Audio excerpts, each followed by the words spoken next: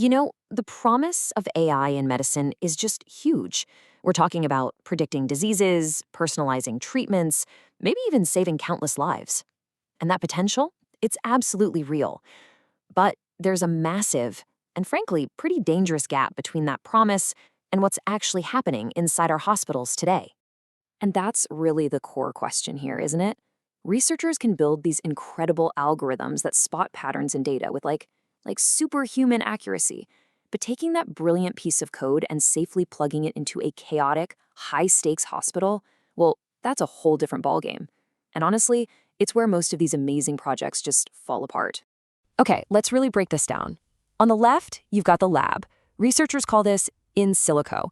Basically, it's all happening inside a computer simulation. It's a perfect world of clean, organized data and predictable rules. But then on the right, you have the bedside, or inpatient. I want you to picture a frantic ICU. The data is messy, it's live, things get delayed, and every single decision is literally life or death. An AI that works perfectly on the left can be completely useless or even dangerous on the right. And this chart, wow, it really puts the size of the problem into perspective. Since the year 2000, we have seen an absolute explosion in AI health research. I mean, thousands and thousands of papers. But then look at this tiny little bar on the right.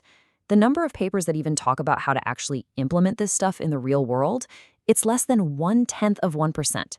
It's staggering. We have this flood of brilliant ideas, but only a tiny trickle is actually making it to the clinic. And this is really the key takeaway. This isn't a failure of the technology itself. The algorithms are often amazing. The failure is in understanding the journey, that long, complicated road from the lab to a patient's bedside. It's a journey that needs a totally different mindset and a completely different set of tools. The solution, it turns out, lies in a field called implementation science. It's not about building a better, smarter algorithm. It's the science of how do we actually use this thing? How do we make an algorithm work inside the messy, complex, very human system of a hospital? This is the discipline that builds the bridge across that gap. Okay, so what does that actually look like in practice? Well, experts say it comes down to 3 main pillars. First, you have to contextualize. You can't just drop an AI into a hospital. You have to carefully fit it into how doctors and nurses already work. Second, you need a lifecycle plan, a plan for everything, from research and testing all the way to long-term maintenance. And finally, and this is huge, you need stakeholder involvement. Clinicians, IT staff, hospital leaders, everybody has to be on board from the very beginning. This quote right here, it just perfectly captures the shift in thinking that's needed. It's not about deploying some alien technology to replace people. It's about integrating a tool to help them, to augment their skills. The language we use really matters because it frames the AI as a collaborator, not some kind of competitor. All right, so all of this builds up to the single most important test any medical AI has to pass before it gets anywhere near a patient. Think of it as its final exam, a trial that happens on a silent proving ground. It's called the silent period. So imagine this. The algorithm is fully plugged into the hospital's live IT systems. It's analyzing real patient data in real time, making predictions every single second. But, and this is absolutely the most critical part, its recommendations go nowhere. No doctor, no nurse, nobody sees its output.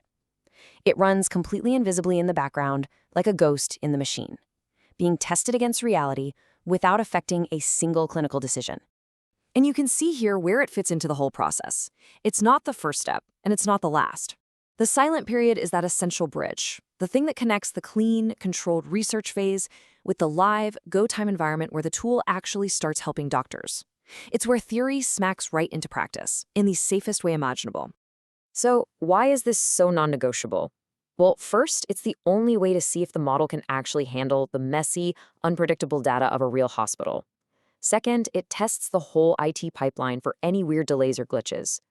Third, and this is the big one, it lets researchers check the model for accuracy and bias without putting a single patient at risk.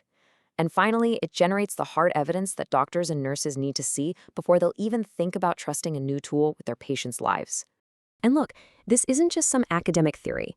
This rigorous process is happening right now in some of the world's leading hospitals. So let's look at a few incredible examples of AI making that journey from code to the clinic the right way.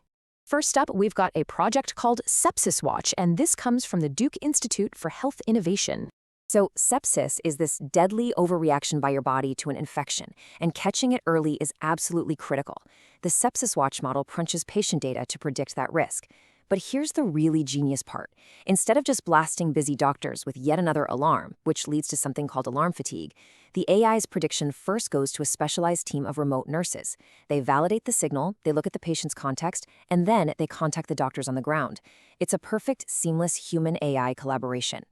All right, next up is a project called Medly from the University Health Network in Toronto.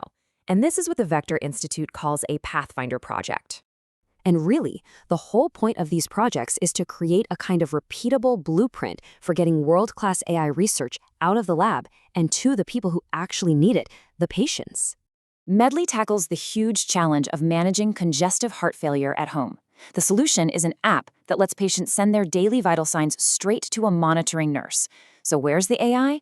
Well, the current system flags a lot of false alarms. So they're integrating a new machine learning model to intelligently filter those alerts, which makes the system so efficient that a single nurse can safely manage over 350 patients. That's a total game changer for scaling human expertise. And for our last example, we go to the most vulnerable patients of all, with a project called Artemis. The Artemis project is designed to detect deadly infections in premature babies, just by analyzing tiny, almost imperceptible fluctuations in their vital signs. And this right here, this is the ultimate test case for the silent period. As we speak, Artemis is running in the background at 2 hospitals in Ontario, analyzing live data from over 400 infants to prove, beyond any shadow of a doubt, that it is safe and reliable, all before a single alert is ever sent to a doctor. So when you boil it all down, bringing AI to the bedside isn't really about having the smartest algorithm. It's about having the safest process, one that builds trust. And that silent period is the absolute heart of that process. It's the ultimate proof that an AI is ready for the real world. Which, of course, leaves us with one final thought. If this is the non-negotiable standard for medicine, where else do we desperately need a silent proving ground? Aviation, finance, or justice?